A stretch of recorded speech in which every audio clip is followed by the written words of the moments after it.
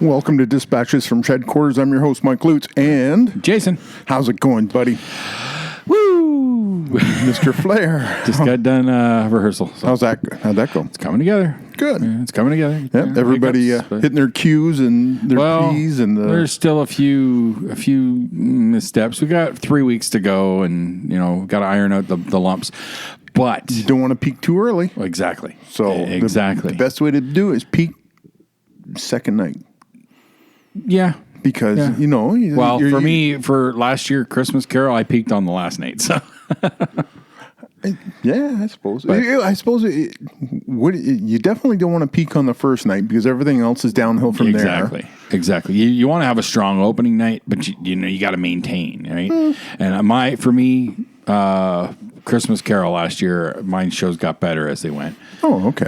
So you put a little more effort into it? Not more effort. You tried? You cared? No.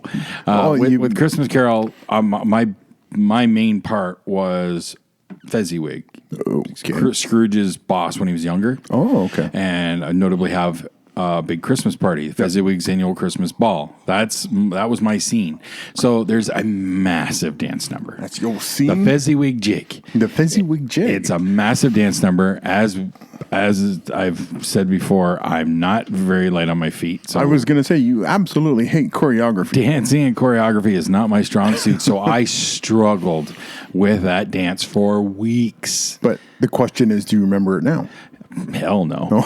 Well, I don't know. A little bit of muscle memory might kick in a little bit. You purge the search history as soon as it's done? That's standard with everything in my life. What did we do yesterday? What? Well, I think we went to Comic-Con yesterday. Oh, yeah. See, you're ringing a bell. Is that what it was? Yeah. Okay, so go on. So, I struggle with that dance. So the director and I came up with a bit of a solution to kind of cover my weaknesses. Body double. No, I carried a beer mug and could just pretend to be a little drunk through the whole thing, so I was able to cover it a bit. So you danced like a drunkard? A little bit. Oh. But, again, it got better as it went. Okay. Because you got drunker? No. Drunk white boy No, dancing. I wasn't method acting for that one. That might be this show, though. The final night, yep, that was my night. I hit it. I hit it spot on. So, I hit it as I could not have done it any better. So you decided, damn it, this is my night? I fought, I pushed, I got it. Grunted, I just did it. Squeezed and I did it, and that was the night my family was there. So, and to me, that's my favorite moment on stage. So you tried when the fam was in the audience. Everybody else got the twist it and don't belittle it, okay? It was a lot of work. I'm not belittling anything. No, you're just making asking. fun of me. I'm not making. I'm asking. I just said before we went on air that I don't get angry on this one, and you're pushing those buttons. Listen, Mr. Banner. Yes, that's what. Anyways, that was last year. This year, not nearly as much choreo. It's not nearly as difficult for me. Yep. So are you actually going to put wine in the wine bottle? I might. I'm seriously considering it. Not bad. So how much time do you have on stage? Not a lot. No. So this Little Shop of Horrors is notably a small show. Yeah. It's got your handful lead members, and the ensemble is really only seen in like 3 songs.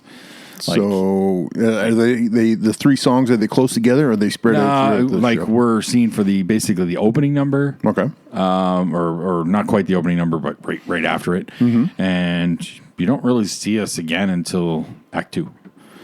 And then in Act 2 we're there twice. So okay, so how much time is in between? Act 1, you've got probably 40 minutes. Really? In between before until the end of Act 1. Oh, wow. Then you're going to have intermission, and then Act 2 comes up. There's probably little more than 5 minutes. Then there's our next big song. Yep. And then you got about 10, 15 minutes for the finale. So you've got roughly an hour in between the first time you're on stage to the next time you're on stage? Pretty close. With intermission, pretty close to that. You could go get a pizza and then there might be card games going on. Yeah, I was going to say go get pizza, grab some beer, sit out in the parking lot. Yeah. That sort of thing might happen, actually, because we're not even needed to do a lot of background singing. Because a lot of times when you're not on stage with these shows, you're singing off stage. They have microphones in the back to sing, just to boost the sound, right? Look at you pulling back the curtain. A little bit. Literally. Oh, but an interesting development, and this falls into the category of... Do you like my coffee cup? Nice. Yes. This falls in the realm of you can't fully appreciate how things and situations can affect other things that you don't even realize. Butterfly effect. Yeah. I guess that is a term.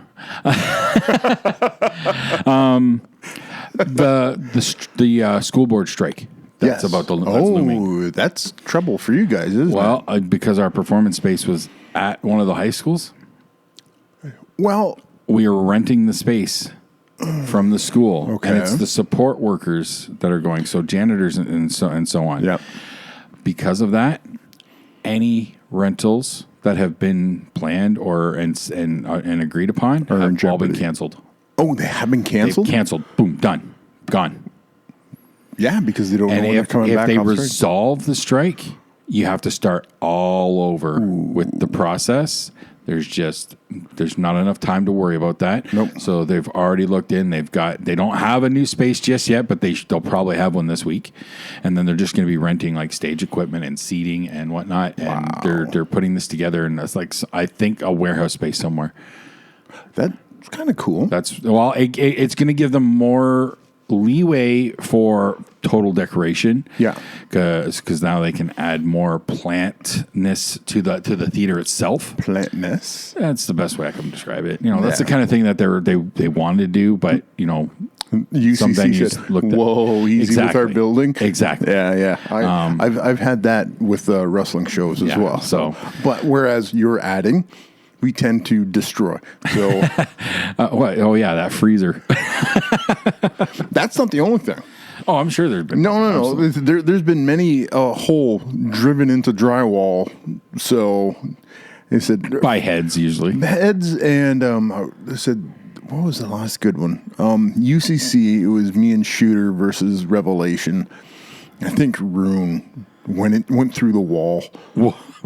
Really? Not through the wall, but like there's a rune-sized hole that was punched into one of the walls. I know I get where you're coming from. I don't know if you ever noticed the roughly fist-sized hole in my wall in my basement, like behind the couch. Yes, that's actually from a foot. Fooling around with one of the kids, as I recall, and kind of flipped them over, and their heel went right through the drywall. I thought maybe you were sitting there lipping Crystal, and she threw a poke at you, and you dodged out of the way. I'm not allowed to talk about that. That's why I came up with the story. Okay, that's the story. Okay, now that explains everything, or a lot of things. But so you are you worried about if there is a location change? No, you're not. No, they've said they have a place. They're looking at a few other options, but they have a place that's going to work for them already. Okay. It's just they want to make sure it's the best option, so they're looking at one or two. But they'll probably. It wouldn't surprise me if by the end of the week they have a new location. Would they think about keeping it then, becoming like a black box theater? No, it's strictly just a warehouse rental thing. Like it's not going to be turned into a performance space by any means. No, not interested in doing that, huh? No, at this time, no. No, they're technically, as I think their plan was, because this is all based. Studio Black is based out of the Brio Academy, the old Libby's plant on Richmond. Oh yes. So they've got the second floor. Okay. So they have the big room, which is our primary a rehearsal space. Yep. That's used for there's a martial arts dojo. Really? They do and dance, of course. They're Rachel, our director. She runs Studio Black. She runs. She's the music director for this one. But they own Brio, and her husband is a martial arts instructor, as well as being a lawyer. So he can kick your ass and sue your ass. Yeah, there you go. So yeah, he's a martial arts instructor, and but they also do like dance classes, and then they have the smaller rooms where there's like a piano for music lessons and stuff, and they do guitar, all that stuff in there. Excellent. And I believe they toyed with the idea. I might have even been used once. That main room can, I guess, be converted a bit into like a small little black box theater situation. Really? I think. Is it how many seats? Like the seating is all removable. Like they have, if I remember correctly, they bought old theater seating. Like there's 3 seats and a bench. Yeah. That they can wheel in. So I don't know how many seats though. If I had to guess, no more than 100. But that's even probably pushing it. That's a kind of cool, intimate little event right there. I think there's been something there at least once, but I'm not 100% sure. Well, that'd be kind of cool. But something to think about. Like I said, it would be nice to control your own space for that kind of stuff. Then you don't run into the issue that they're facing right now with the QP strike. Yep. Possible QP strike. Yep. So that's cool. So all set. Yeah. November or October 31st is still going to be opening night. It's still happening. The venue is changing. Okay. And tickets, they've already had tickets sold. Yep. Those tickets are still going to be valid.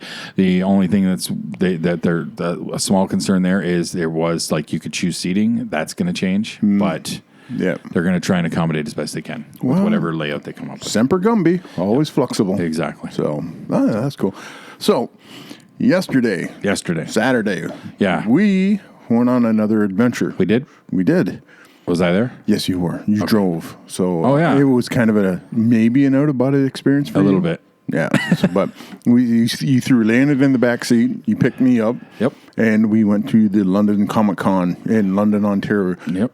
Beautiful London, Ontario. Yes. You just got to say that thing, make everybody feel good about where you never they know. live. Sponsorship. The City of London is going to sponsor us. You never know. No, okay, that's true. Never say never. Exactly. But, all right, so City of Anything London. can happen on Dispatches with Shedquarters. Sure. Okay, so go to London Comic Con. This is what, our fourth? If you want to include Shock Stock as a con experience and excluding CK Expo, this was my fourth con experience. Okay, so my second time at London. Third time in London because Forest City is separate. Yes. Okay, and then Shock Stock. Yes. So that was my fourth con experience outside of CK Expo. And how did that go for you? I was on a mission. Because yes, you told me you were on a mission. Mm-hmm. You had things that you wanted to have happen. Yes. By people that were going to be there. Yes. So I had 2 missions actually. Mission number 1 was to meet Tim Curry, the legendary Tim Curry, and to get my Dr. Frankenfurter Funko Pop signed. Yes. And? Didn't happen. We were there for 4 hours. Is that all? 4 hours. Felt like forever, dude. We were there for 4 hours. We did a total cycle of that joint 4 times, at least, maybe 5. Well, there was a couple times where you were standing in line. Right. Me and Landon did a couple laps. You did probably 5, maybe 6. Yeah. I did 4 to 5. Yeah, because full rotations, and every time we went around his booth, he was not there. Nope. Now I get early on in the day that he had the personal photo op thing. Yes. And so I get that. Where was it? There's no way those photo ops were lasting 3 hours. No. So we never saw him. He probably had to take a break. Lunch. But still, you would have thought in 4 hours he would have been at that booth at least at some point. Well, it just seemed odd. I don't know, and I'm not going to fault him for it. I'm sure it's not his control. They have handlers that say you should go here. I bet you Tim there. Curry. If somebody goes, listen, Tim Curry, you need to get your ass out in that booth. He's going, fuck off. I'm Tim Curry. Okay, yes, there is that, and I know he's older. I don't know what his health is, but I know he's dying. Well, he's older, and he wasn't. I don't know if he was wheelchair bound, but I seem to recall hearing something about that, but I don't know if that was the case yesterday. Okay. All I know is we never saw him. He was never at the booth. When I talked to one of the people there about getting my Funko Pop signed, that's when they told me, he wasn't signing anything in person at the location. And so if you had something personal to sign, you'd have to leave it with them, and they would mail it back to you. And she quoted me $150 to get the autograph on my Funko plus $10 for shipping. That's what they were charging for a previously signed Pennywise Funko. You could pay $150 for that. No. I wasn't buying a Funko Pop. I just want the autograph. I've already got it. See, it's right here in my hands. Yeah. Kind of thing. So, unfortunately, I just couldn't justify that. I was stretching it already with the $120 that I paid for the other person. We'll get to that in a second. But I could not justify that, so I left with that disappointment. Now, not that this is a good thing by any means. I'm not the only one who got disappointed with Tim Curry's situation. Oh, no? A girl that I know from my show, I saw her there yesterday, and she was supposed to be doing the photo op. Oh. She didn't. It didn't happen. I don't know. She didn't say why. So I think maybe her and whoever she was with, they might have left before the next photo opportunity came around. Wow. But she didn't see him either. So I'm thinking he must not have been at his actual booth location very much. I kind of okay. Why if you're going to advertise your main celebrity like that? Yeah. Isn't it on the con to make sure he's available to the people that are coming to see him specifically? Again, we were there for 4 hours. I never saw him at that booth. No. That just seemed weird to me. So, yeah. Well, it was. You were talking about like not being able to see things. Kind of tying it in SmackDown on Friday on Fox. They advertised Stone Cold Steve Austin and The Undertaker were going to be there. I heard something about this. Yeah. And somebody asked The Undertaker, why weren't you there? And he goes, I wasn't asked to be there. Then why the hell were they advertising him? False advertising to try and pull people in. Well, yeah. Don't they always have the caveat of card subject to change? Yeah, but this is like... That's what they'll claim. But this is the biggest thing that's happened to the WWE in a long time, like being live on Fox. That's why they drew what they did, because they said, we're going to have these guys here. The Undertaker and Stone Cold Steve Austin will be here. And they figured it was going to be like a dark match after the show kind of thing. So when the show ended, boom, house lights came on. Thank you, good night, get out. And everybody's going like, what? Because they used to do that, didn't they? Yes, they did. Yeah, they used to do the extra match. Yep. Oh, they used to do lots of extra stuff after the cameras were off. Because I remember, I went to a Raw taping in Toronto once, and we saw like this was I think this might have been when they tried to bring ECW back. Oh, okay. Kofi Kingston was, I think, was just about to get his first push. Mm-hmm. You know, the one that went away. Mm-hmm. So it was right around that time. Okay. And so we saw like a really cool, I think, an 8-man tag that had some really cool stuff when I went to that Raw show. Yep. But the biggest thing I remember from that show though was the pyro. Like Kane's pyro goes off, and like we were lower bowl, like we weren't on the floor, we were lower bowl, and I felt like I was getting a tan. Yeah, that stuff's hot. And I think Jericho's, so somebody had where it was pop, pop, pop, pop, pop, and I could feel every single thump in my chest. Like that's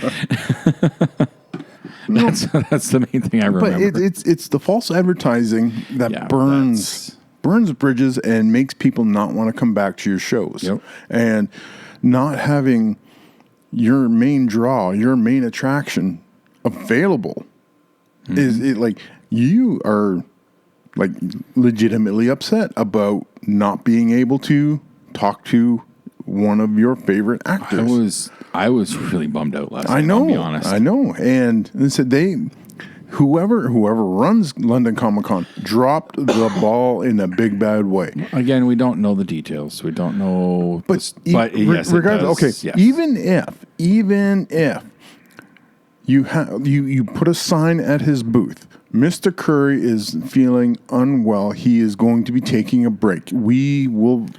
Yeah, they could have at least had a "we'll be back at" exactly, because I think some of the other people did. Yeah. So Curry's had nothing. It had here's the prices for stuff, and here's all his pictures, and somebody taking the cash off. Yep. So it would not have been difficult at all to give people a heads up. Mm-hmm. So that they dropped the ball big time. Yeah. That, in my opinion, they dropped the ball. Sure. Yeah. So it was something. A con organizer is advertising something. Deliver that thing. If you can't deliver that thing, change it. Get somebody that can deliver for you. Yeah. So if Curry did have medical issues or whatever, cancel him and bring in somebody else. Because you would be disappointed about him being canceled, but that person that takes his spot would have been available for you to interact with, right? Right. So if it is what it is. Yeah, if they say he's not feeling well and we had to cancel his appearance. Again, this is strictly speculation. Absolutely. We don't know why we never saw him or anything. This is just wild speculation upon Mike's part. Yes. Allegedly. Yes. Yes. So the opinions of Mike do not express. no, they do not represent anybody but me. So this is just me wildly speculating. But I do, yes, I understand your point, and you're right. But it happened. It's over. It's done with. Oh well, moving on. Which brought me to mission 2. Yeah, mission 2 was pulled off in spades. Yes. So it was a 6-star encounter. Kenny Omega, the best bout machine, arguably one of the best wrestlers on the planet today, side by side with one of the best female wrestlers on the planet today in Riho, the first ever AEW Women's Champion. Yes. I got to talk to Kenny for a minute. I told him my story about you bringing me to see Wrestle Kingdom 9, and that was my first introduction to him and to really into New Japan, and it gave me my love of wrestling back. Yes. So he's a big part of that. Him, the Bucks, all of New Japan, really. But I really dove further when I found out about being the Elite. That's when I really just okay, I'm in full tilt now. Yeah, and. So getting to talk to him, tell him that story. He signed my Funko Pop, so I have. And did he charge you $150 for it? It cost me a total of $120 for the signature. Plus, I got a selfie with me and Landon with Kenny and Riho together. So we have that nice selfie. There you go. And I was a very happy camper from that. That was awesome. Yep. That was awesome. Now, that girl from the show, she got the private photo with him. So he's got the little finger bit of pose going on. Yeah. Nice. So, yeah, she had a great experience with him, too. So did she get to do the Bucks pose? No, she didn't go that level. She just, I think she might have did the finger gun with him. That was with Riho as well? She could have, but she did 2 separate. She did Kenny separate and Riho separate. Okay. But and they were awesome. Now, language barrier with Riho. I don't think she speaks much English. Because Kenny was translating for her a little bit when I went over to talk to her. Because that's how it worked. You talk to Kenny, then you move over to Riho. Yep. So now, talking about Japanese female wrestlers, there's a video popped up about Hikaru Shida. Yes. She speaks English with an English accent. And is that the girl that Kenny? No. No? Okay. No. But Hikaru, it was funny. She learned English with her English accent. She's never been to Britain. She's never had a British tutor or anything like this. She learned English watching Harry Potter movies. I was expecting you to say Downton Abbey. Nope. Somebody was talking to her, and it's the weirdest thing. Really? Because you see this beautiful Japanese woman speaking English with an English accent that she learned while watching Harry Potter movies. Wow. And you're just like, okay, this is a weird situation, but hey, it's awesome. Wow, that sounds kind of cool. Yeah. So they're a little bit of a mind trip. Yeah. Oh, absolutely. You just look at her like the brain can't compute. What am I'm seeing, but I'm not hearing what should be coming. You got the wrong audio channel set on your TV. SAP or something like this. Like, going through the cycle. Anyway, yeah. So that was a neat little thing that popped up in. That's kind of cool. Yep. So Landon, was this Landon's first? No. He's been to CK Expo a few times, of course. Okay. And they went to London Comic-Con last year. Okay. Guy took him. But this is like, I think I gave him a little bit more room to play a bit. He didn't want to take pictures, though. You sent him away with me. Well, I didn't want him being bored standing with me. No. I get that, but I am probably not one of the best role models for the impressionable youth. He needs to learn. Honestly, he needs a little bit more of that. Yeah. I'll be honest. I have to say, his time with me and his time yesterday was an absolute pleasure. It was well behaved. He had a great time. There was a couple times where I saw him. He was starting to get tired. Yeah. And he slept all the way home. He did sleep all the way home. And I looked at him and go, you all right? Yeah, I'm okay. And I was just like, all right, hang in there, little man. We still got He's a video gamer. He's used to just sitting all day, so he doesn't do much. So this was exercise, We were moving through the crowd. There was a couple times he started to lead the pack, and then I don't know if he got lost at where he was, and he just stopped dead. And there's a couple of like, move your fucking feet, Landon. It was just he would stop. And like you could just feel the lineup building behind us. It was just like a line of freight cars on a train just banging into each other. The way they had that layout, there were a couple of those aisles that were really narrow for a con like that. Yeah, it almost seemed like they cramped it a little too full. I think there was a couple of the comic book sellers that were against the wall. Yeah.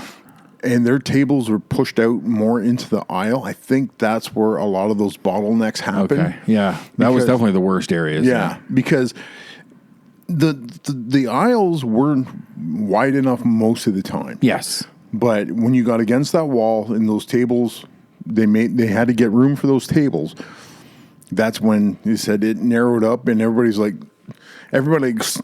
You want to stop and you want to look at the comic books and the long boxes, and you turn around, especially with me with my backpack on, I'm taking up space like there's no tomorrow, and you just look around and go like, oh, I'm the cork in the bottle right now. So, but I don't know where you put those guys without them causing that kind of situation. Yeah, that I will give props to any convention organizer. Like I've seen what Rob goes through trying to organize it. So he makes his layout, then he has to fit them, and then you can't have these ones too close to these ones because they're direct competition, that sort of thing. So you got to spread them out a bit. That can't be easy. No. You got to make everybody happy with their locations and make sure they have enough space, but you got to have room to move. Yeah. CK Expo is always laid out really well, but it does help that hall is massive. It is a massive hall, and I think because they were CKX is the new kid on the block, not a lot of people came to it because I don't know, I have no idea how many invitations Rob sends out or he gets back. So, and I know he has certain areas that he has to block off for certain things. Right. Now, he's got his footage all mapped out. So with his plan, he knows I have this many 10-foot by 10-foot booths kind of thing. Yeah. And that's what he builds off of. Now, if somebody needs more space, okay, they need 2 booths, or they usually have that demonstration area. Yes. So they have to leave enough room for that. Yeah. That's something I have not really seen at any of the other cons. No, that's a local thing because that's CK Expo is a local charity event. Yeah. So when you're having local dance troops, local martial arts troops doing demonstrations and whatnot, that's the local flair there. Yeah. Okay, so other than the Tim Curry, Kenny Omega, Riho, what was your experience about London Comic Con? always fun to go to a con. You see so much neat stuff. If I was loaded, I would be walking out of there with a truckload of stuff because always so much cool stuff to buy, right? But costumes, so like the people that really go all in on their cosplay, just some really cool stuff. No huge ones this time around. Not like the Hawk Woman that we saw last year. Hawk Woman or the Pyramid Head. You know, that was at London Comic Con. Yep. That was at a different venue though, wasn't it? I think that was Forest City.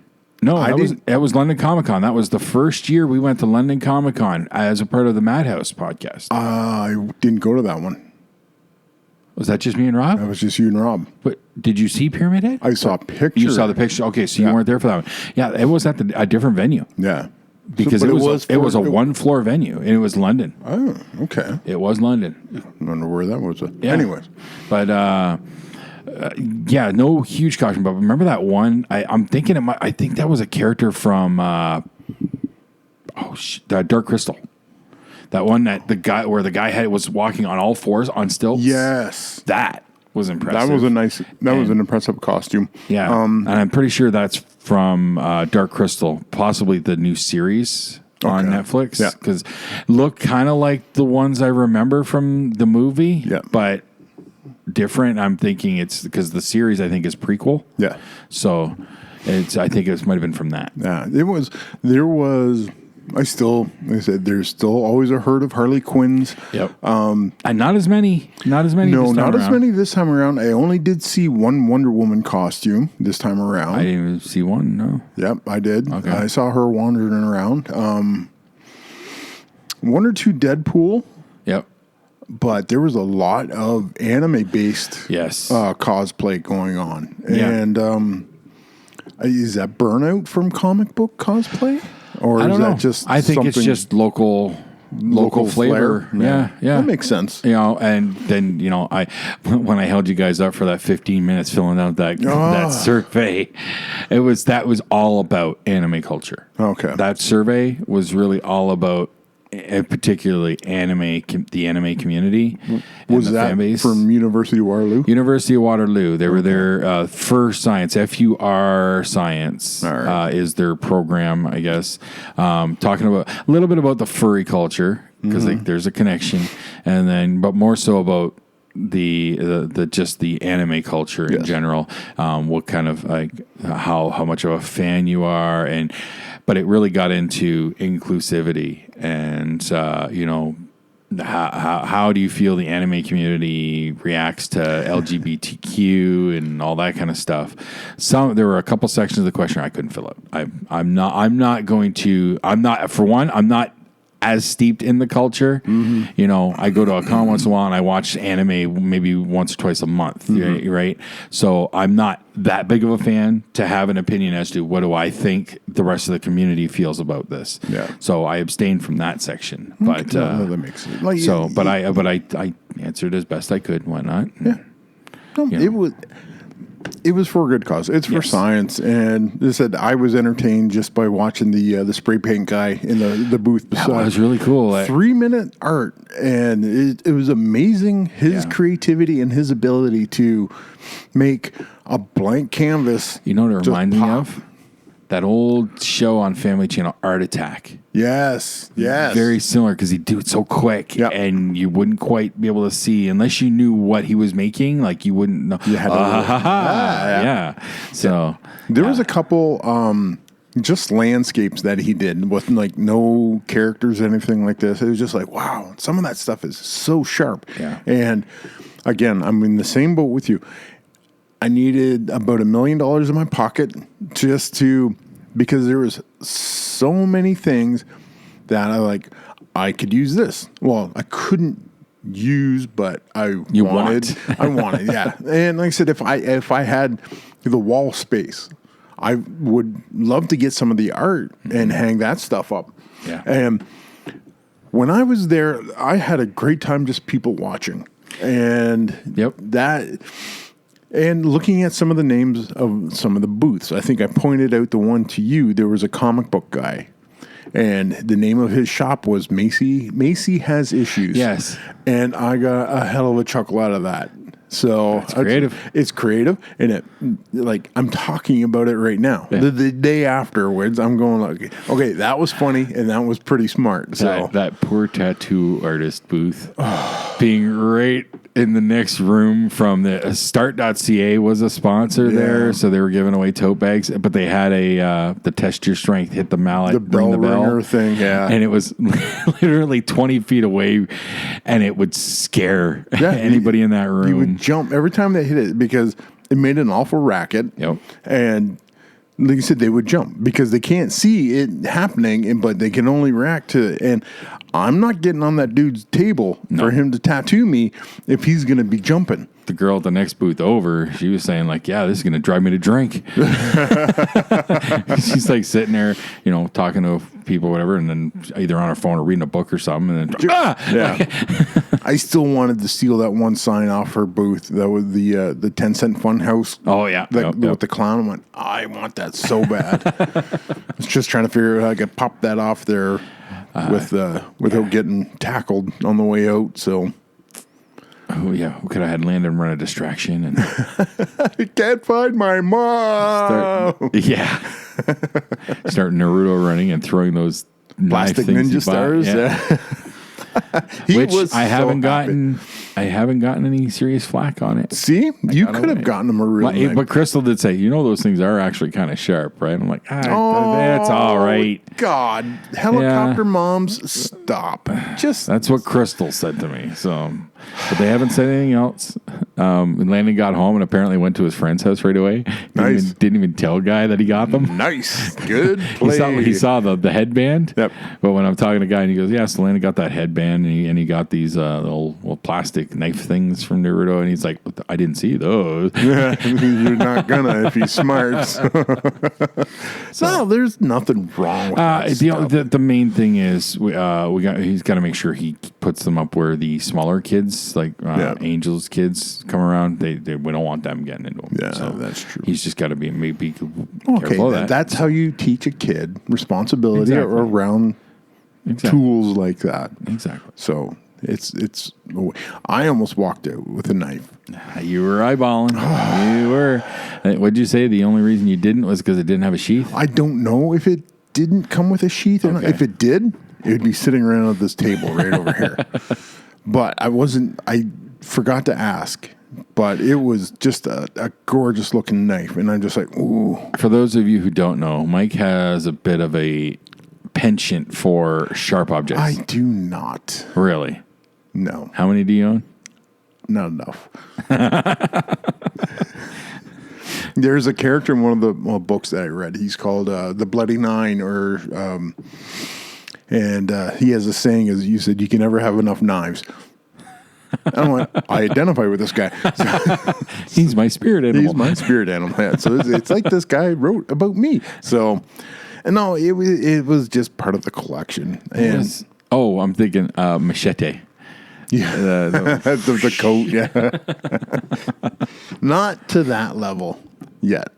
I got to get a coat. There you go. No, but no, I had a good time yesterday.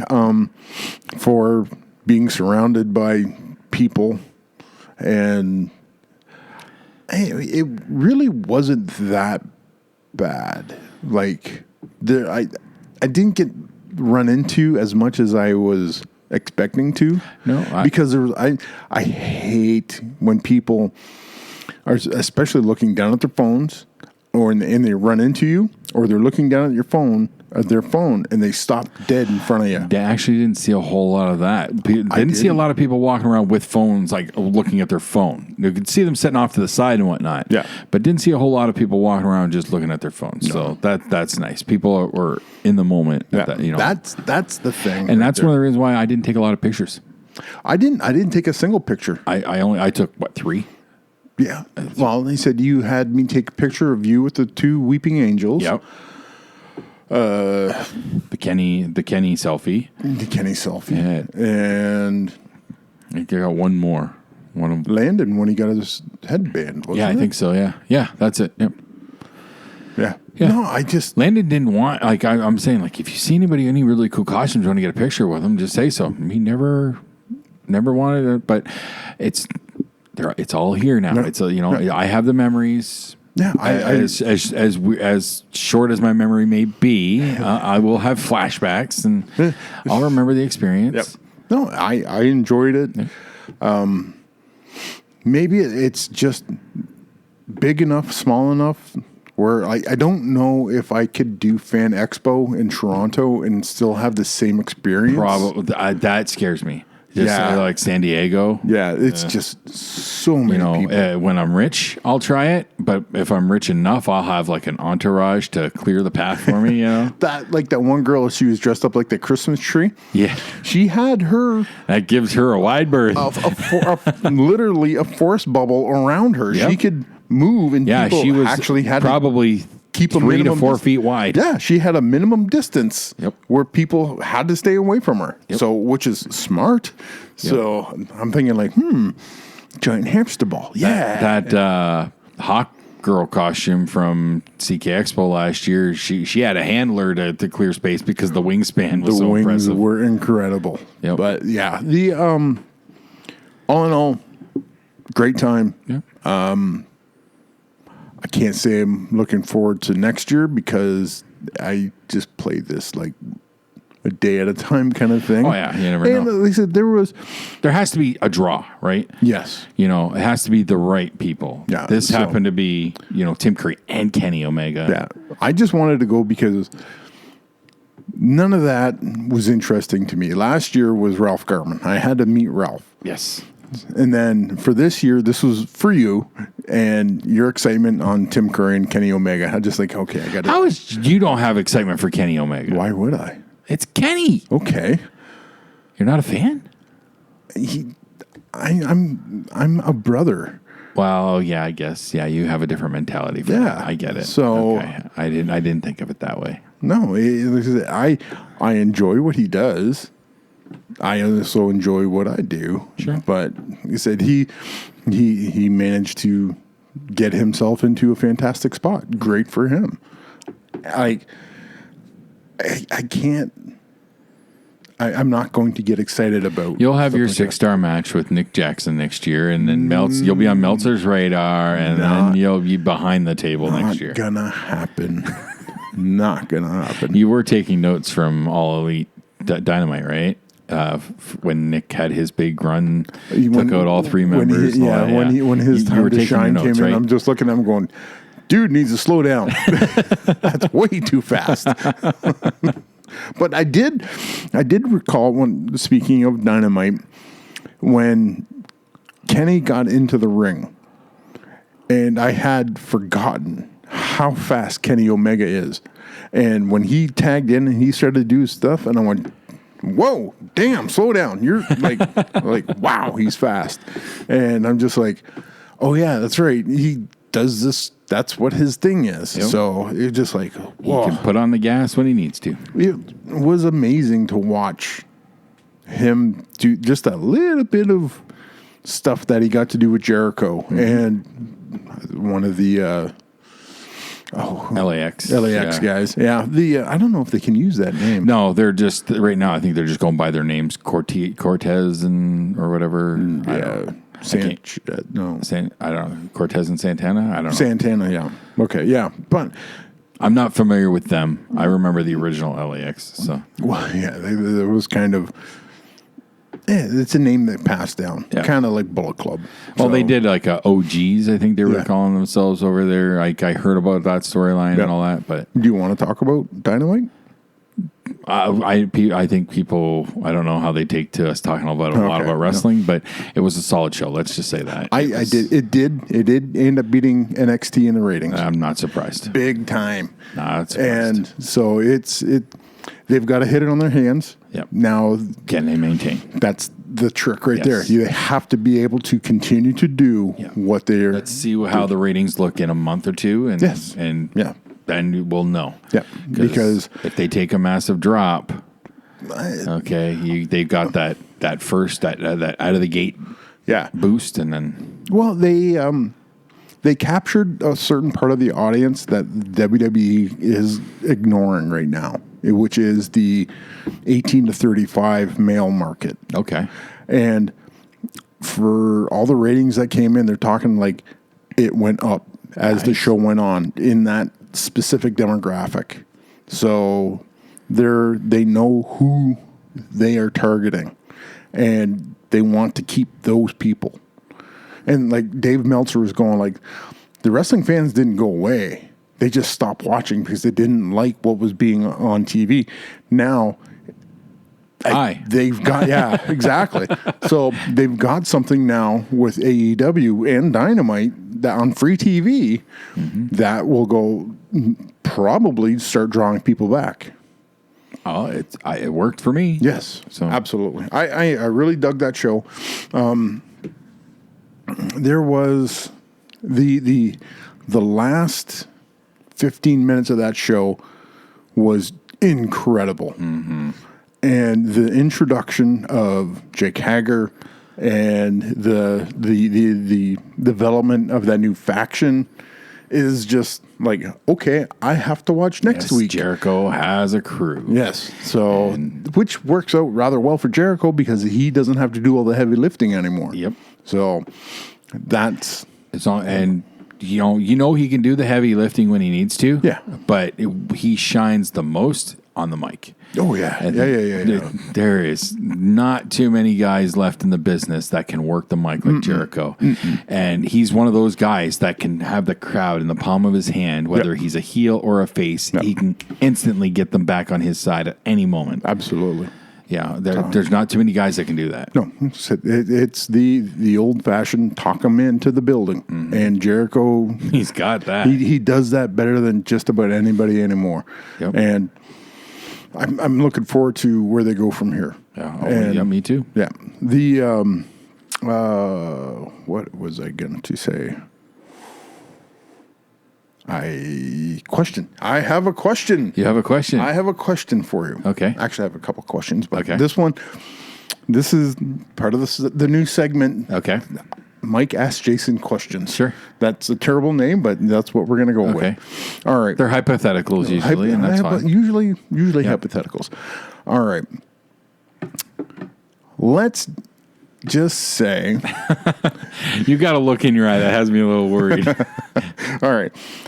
You have 30 little people armed with forks. Okay. On one side. Okay. You have a full-size male African lion over here. Okay. Can the 30 little people take out the lion before the lion takes out the 30 little people? Discuss. I'm going to say the numbers game would get the lion, yes. You're going to lose a large portion. Yes. Of the 30, but I would say the numbers game would, although the lion, seeing a pack like that, is probably not even going to approach. But if it was he's got nowhere else to go. He's cornered. Okay. Now he has to fight. He has to fight. I think the numbers game will take him down. So, but there's not going to be many of the little people left. What do you think is the... Because at least one of them is probably going to get swallowed whole and stabbing their way from the inside out. Okay. All right. That's the gung-ho, the Leroy Jenkins of the group. The first one, I'm stab at the... Yep. That's that one. Okay. I got another one here. I discovered a new subreddit. Do you agree with that sentiment? Or do you think the lion just takes them all? I have seen videos where a single lion has fought off a pack of hyenas. And I would speculate that hyenas are more dangerous than little people with forks. I give my nod to the lion. Okay. Because whereas a fork is like the death by 1,000 cuts kind of thing, right? The lion can kill with a single swipe. Yeah. I think the lion just slices through all those little people, and like he's going to get wounded, he's going to get hurt, but I believe the lion comes out on top. Okay. That's my. Now I discovered a new thing. Uh-oh. And it just tickled me to death. and I have to. You've got a gleam in your eye right now. This I spent way too much time on this morning going through this. So the subreddit is Would You Rather. Oh boy. So I don't generally enjoy these. I think you'll like this one. Okay. All right.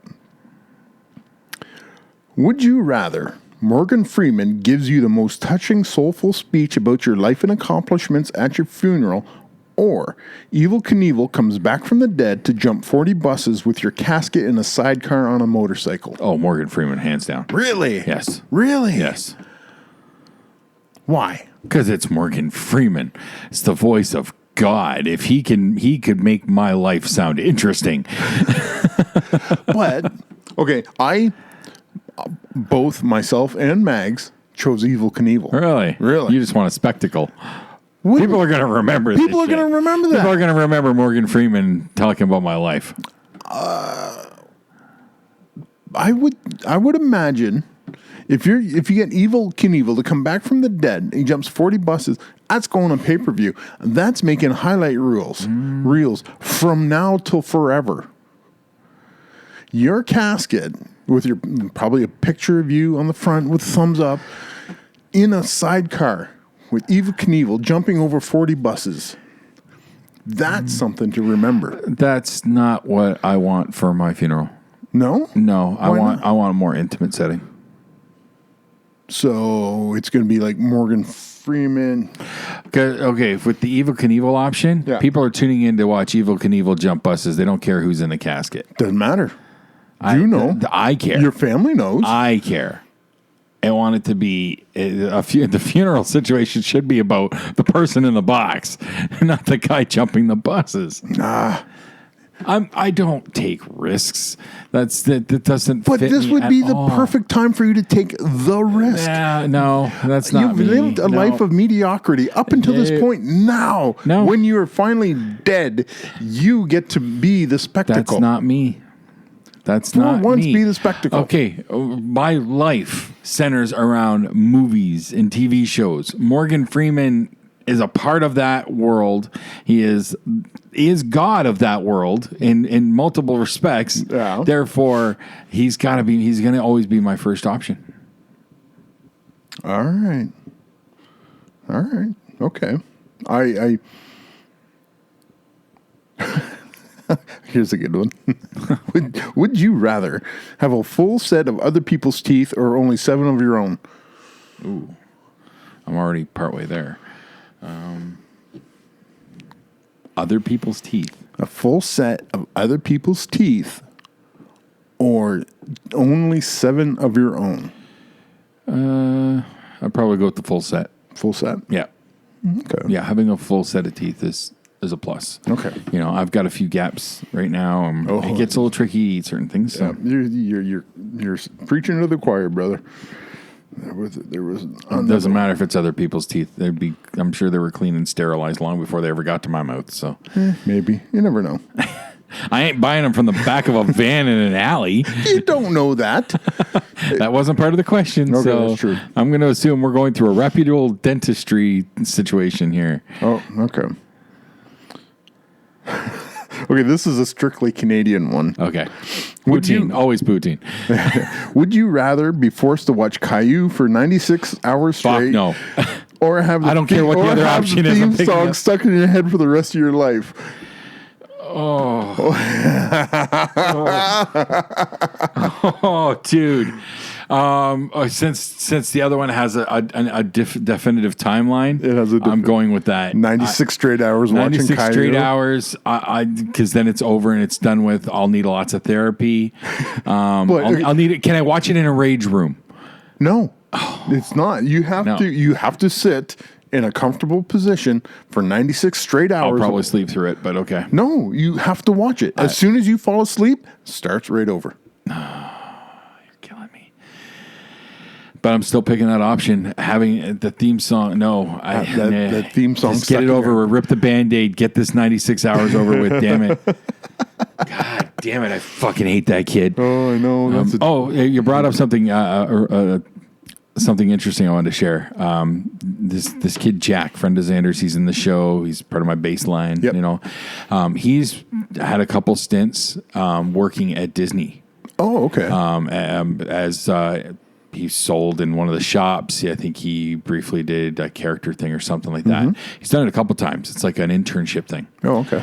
He is now next January, he is going to Disney for a year to work in Epcot in the Canada area, opening a new Canada show. Oh, awesome. And I'm like, so you're going to be there to give everybody their Timmies with their little bit of weed in it, eh? And make sure you give them the remember to took on their way out, eh? He's like, yeah, something like that. Nice. Here's some bud for you, bud. Yeah. Oh, that'd be fantastic. All right. Okay, here's the last one. There's so many more. We could do a whole episode of this. Yep. But, all right. Would you rather have the ability to teleport or be able to create legal $5 bills by clapping your hands? Ooh. Instantaneous, perfect travel wherever you want to go, or $5. Ooh. I'm going to go with the teleportation. Yeah, that's a hard one for me too. I'm going to go with the teleportation. Yeah. Yeah. Teleportation. Okay.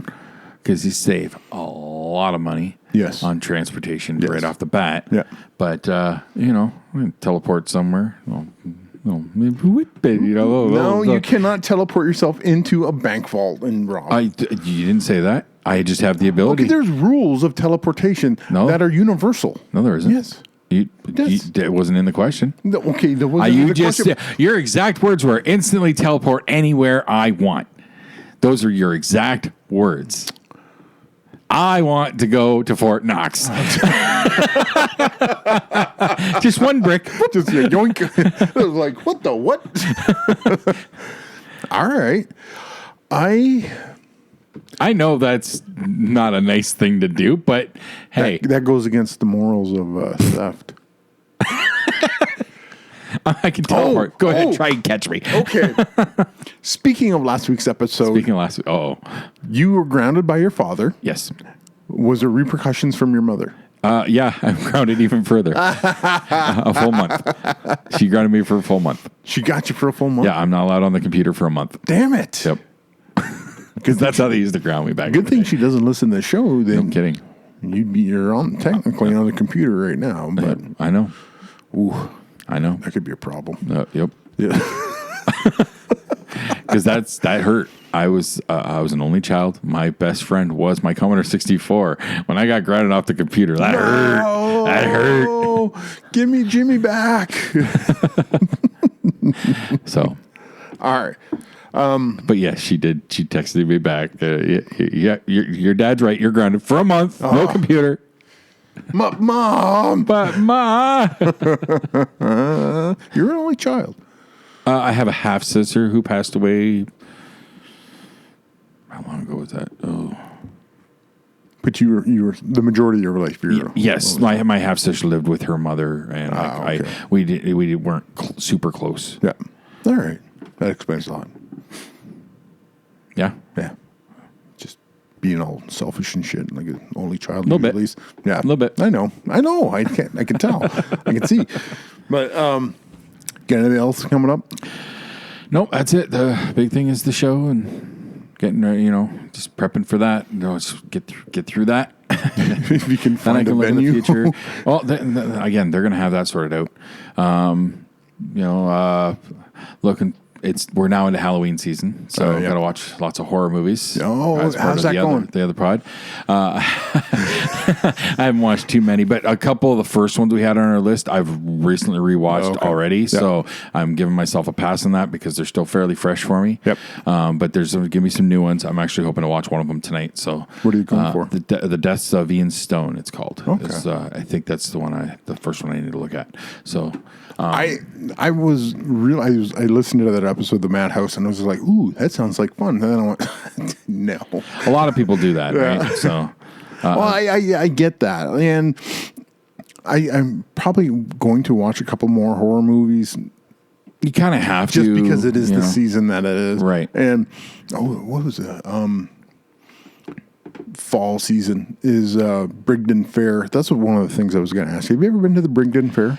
We went once last year. I've been once last year. Okay. And only because Sky had put Eden into the cutest baby contest. How'd that go?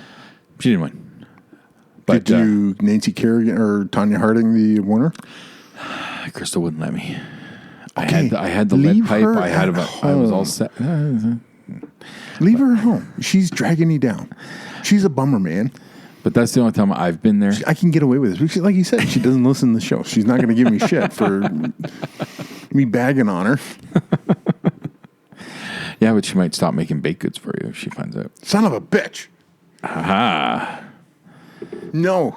She made this chocolate chip cookie. She will not. Bar thing. Why? Because most of the time it's for Whiskey Wednesday movie night because she loves Jeff. But if she says Mike's not allowed to have any, she's not going to be there. And then the only way she finds out, if you rat me out. Snitches get stitches, buddy. That's all I got to tell you. You might want to keep that in mind. Don't worry. What happens at Whiskey Wednesday stays at Whiskey Wednesday until we talk about it on the podcast. Yeah. And then it becomes public consumption. Yep.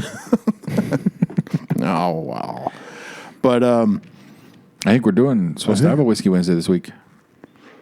Yeah. I believe so. Because the last week didn't work out, but I think they're saying this week. Yeah? Yep. Okay. You got... I'm available, so... Yeah, I am too. I think El Padre's in. I believe... yeah, I think we should be full go. Full run. Yep. And it's probably going to be cold as fuck out there. We're looking at the last few days of the outdoor Whiskey Wednesday movie night. We're going to have to find, like...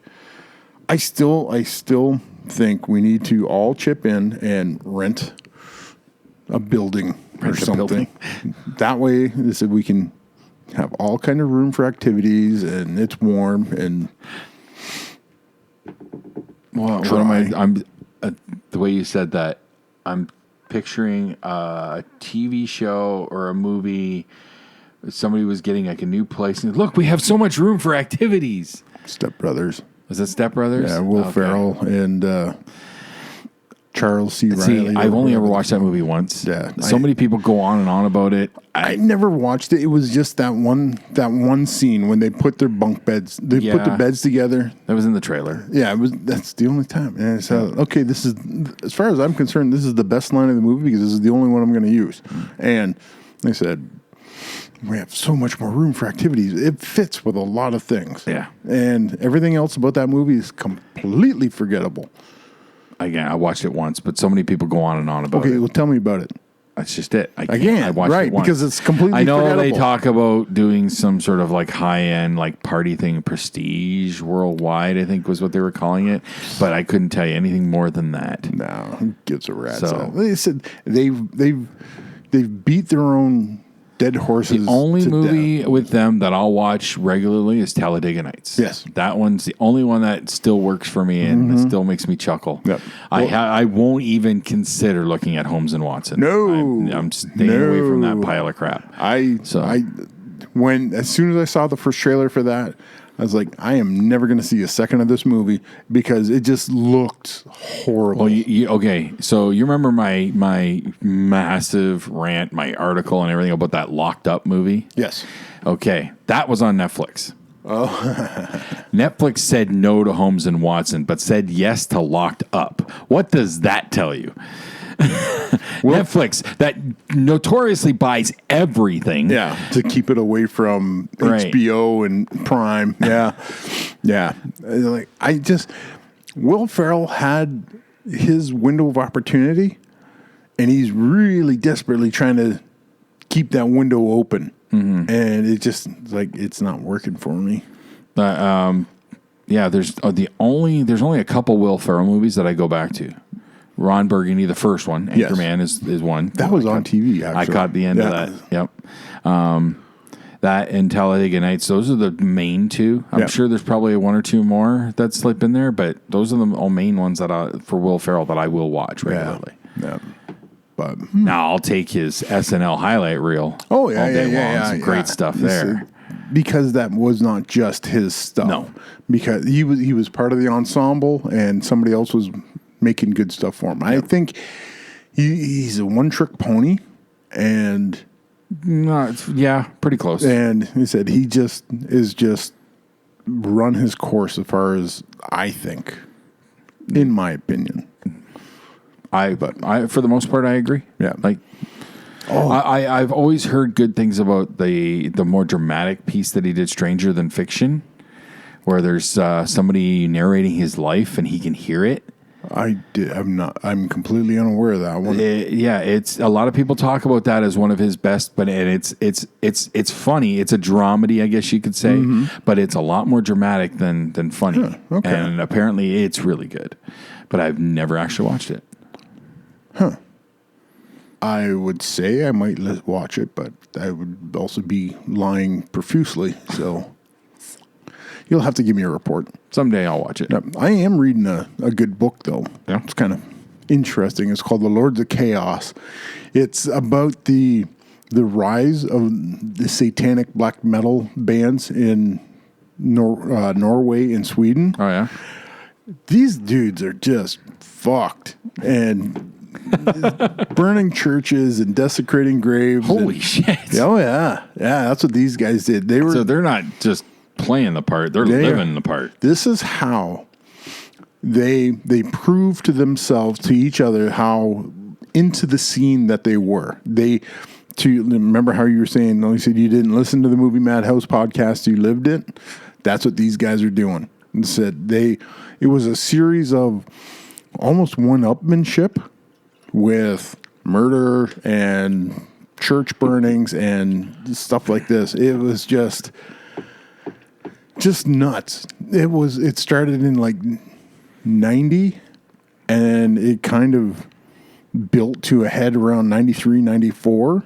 And then the police started to round up all these dudes and start chucking them in jail. And they're just like, okay, we got to get a cap on this. And they captured the first guy, the main guy that they had their eyes on. And the day that he was sentenced to 21 years in jail, which is the harshest sentence Norway has ever doled out, 2 churches caught on fire. Wow. Yeah. Wow. So it was a show of support for Varg. And wow. It's just reading this, how wild that scene was. That's intense. It's intense. And they said the one guy, I said there was can't remember what his name was. He went by the name Faust. Murdered a complete stranger. Just because he could, kind of thing. And it was just And how much time did he get? He got 8 years. 8 years. Yeah. What? Yeah. But the problem with Varg getting that big of a sentence is he showed nothing but utter contempt for the court system, what was going on. Sure. So, and he would get to the courtroom and he was in jail. I'm picturing kind of a Breakfast Club situation. You want another week? That's about it. That's about it. So the one section in the book, they're talking like Varg's in jail and he goes to one of I think it was the prosecutor or the police. He goes, okay, listen, tomorrow I'm going to lay all the cards on the table. And they're like, fuck, we got him. He's going to confess to everything. So prosecutor and lawyers come in, they sit him down at the table, reaches into his pockets, grabs a deck of cards, puts it on the ground. He goes, there, all my cards are on the table. Oh, fuck. And they're going, 21 years. But the guy who straight up Killed a dude. only got 8. Got 8. That baffles me. That's the court system in Norway is just, I don't know. I'm just reading 8 this. years just sounds like a vacation. Like how harsh are prisons in Norway? I don't know.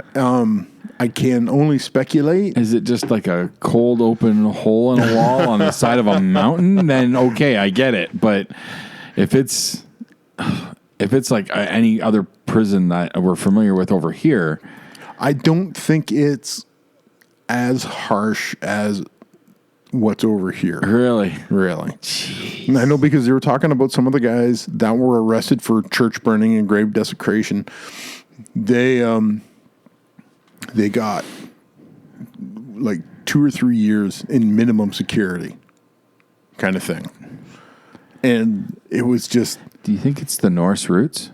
I don't know. Well, see, that's the thing. That's what the expressed intent, especially with Varg, was he was striking back at Christianity because he's saying that all these Christian churches were built upon old Norse holy spots, which is fact because that's when Christian missionaries would come into areas, they would look at the whole air quote holy ground of the native religion, and they'd build a church right on top of it. So Trying to consecrate it to right. Okay. So they're trying to drive out the native religion in favor of Christianity. Now, did they just move the headstones, or did they move the bodies too? I don't know because that's how you get pet cemeteries. No, That's poltergeist. No, Poltergeist. poltergeist. Yes, Poltergeist. I was thinking of. For a second, I thought you missed it. No, I got it. No, I was just like, no, okay, that's right. Because pet cemeteries, the bodies came out of the ground. That movie's not on my list, but I'm going to revisit the original Poltergeist. I've never seen the remake with Sam Rockwell. I haven't either. But I want to see I haven't seen the original since, God. I remember watching the original on like the Movie Network and stuff like that, or a Super Channel, something like that. So I know exactly what you're talking about. That one, I need to revisit that. It's been way too long. Yeah, one of the movies, that movie terrified me as a kid, especially the clown doll. Oh yeah, that scene. Yeah, that was a good one. Yep. Like you said, one of the ones on the list that you were watching is The Thing, the Carpenter one. Yes, I need to squeeze that one in real quick. I have not been able to watch that since I saw part of it as a kid. Really? It was the scene where the chest compression scene. Yeah, that's the scene everybody goes to. And you've never actually really? No, I tapped out at that. Are you kidding me? No, I have not seen a second of that movie since. Well, guess what I'm going to suggest for Whiskey Wednesday this week? God damn you. No. Because it's a fantastic movie, dude. I know, but there's just this block. I just cannot. You need to face your fears, buddy. I don't know if I can. Come on now. You can do anything. If I've learned anything in my time with you, you can do anything. It's just this is what you drive home to me. Yeah. So it's turnabout's fair play, sir. Damn you. But yeah, that movie is just like I watched Aliens, not a problem. Blah blah blah. Aliens is tame. Yeah, but that chest compression scene in The Thing is just like, nope, I am out. And it's just. I'm gonna broach the subject to the Whiskey Wednesday crew. Okay, but I am going to counter with the Blues Brothers. So I'm okay. You're fighting dirty. Yes, I am. Yes, I am. You're fighting dirty. Absolutely. So if I'm going to get into a fight, I'm winning the fight. We'll see. We'll see. I know we're gonna see. We do have an odd number, so there is no ties. No, and we're gonna watching the thing just because. Oh, I won't say why. I'm not gonna. I'll just say I'm going to offer up the thing because of the Halloween season. And I'm gonna go like, I hate that fucking movie, and then the story's gonna come out, and we're gonna watch the fucking thing. I guarantee. As sure as you're sitting across from me right now, we're watching the thing on Wednesday. I've got the Blues Brothers Blu-ray right there. I'm pretty sure I have the DVD. I got better quality. Sure. Yeah. Bring it. Bring it. Oh, I'm going to bring it all right. Oh, no. I'm not going to bring it. Oh. I'm not that kind of bring it. As it bring the Blu-ray. Oh, okay. My bad. Sorry. Although it might be on the archive stick that I gave him, but maybe. I don't know how much. I can't even remember what I put on that thing. There was so much on I that did nip, put so. all the classics. A lot of the classics. Yeah, a few of the classics. Yes. So a few dozen. Yep. So we did it again. Started the outro and went for 15 more minutes. Yes, we did. But we don't really have a time limit. No. But we can do whatever the hell we want. We can do whatever we want. It's our show. It's our time. It's my time. Oh, okay. Speaking of which, I don't know if you saw this, but it was it just kind of popped back in my head because we were doing wrestling promos just now. Edge has been medically cleared. Wow. Yeah. Wow. They are so hurting for star power right now. Apparently, which I'm not surprised, but I'm surprised that Edge is like, because they said, his head was going to fall off his shoulders. Pretty much. His neck was so bad. But so, which makes me wonder, is this similar to the Daniel Bryan situation where he was misdiagnosed? No. It's just he's been away for over 10 years, I think. Yeah. At this point, so that's a lot of time to heal. Still, I'm sure he's not going to be able to work a full schedule. But he's not going to, not with his right. But he said they'll bring it back. They said he'll be a part timer like Lesnar. But can he just replace Lesnar? Actually, they brought somebody in to Cain Velasquez. Yeah, I heard about that. Oh, that's everybody. When Cain Velasquez came out, everybody started to shit on his physique. But Cain Velasquez is probably the most fit athlete in the WWE right now. He just may not look it. He doesn't have. He's not cut. He doesn't have giant muscles, but the dude is a cardio machine. He can do cardio for days on end. And so you don't want to do an Iron Man match with him? No, because you are done, son. He will bury you very, very fast. That reminds me of something that I happened to watch like the last hour of Impact Wrestling. Oh, okay. You know who they've dragged out of mothballs? Swinger? Ken Shamrock. Yeah. Wow. Yeah. They have this guy, Moose. Yes. Facing Ken Shamrock at their Bound for Glory pay-per-view next month. Moose is a giant black dude, isn't yes. he? Yeah. I think he's a former football player. Oof. There was something to do with the NFL. They were at some NFL deal in cross promotion. Mm-hmm. And yeah, him and Shamrock are going at it at Bound for Glory. And Shamrock looks old. But yeah, because he was old 20 years ago. Yeah.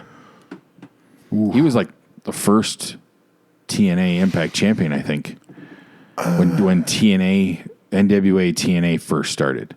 Before it was even called Impact. I think you're right. It was NWA TNA. Total Nonstop Action Wrestling. Yeah. And then it became Total Nonstop Action. Just that's what's the title. Yeah. And then, yeah, I think you're right. And I think Shamrock was, if he wasn't the first champion, he was one of the earliest.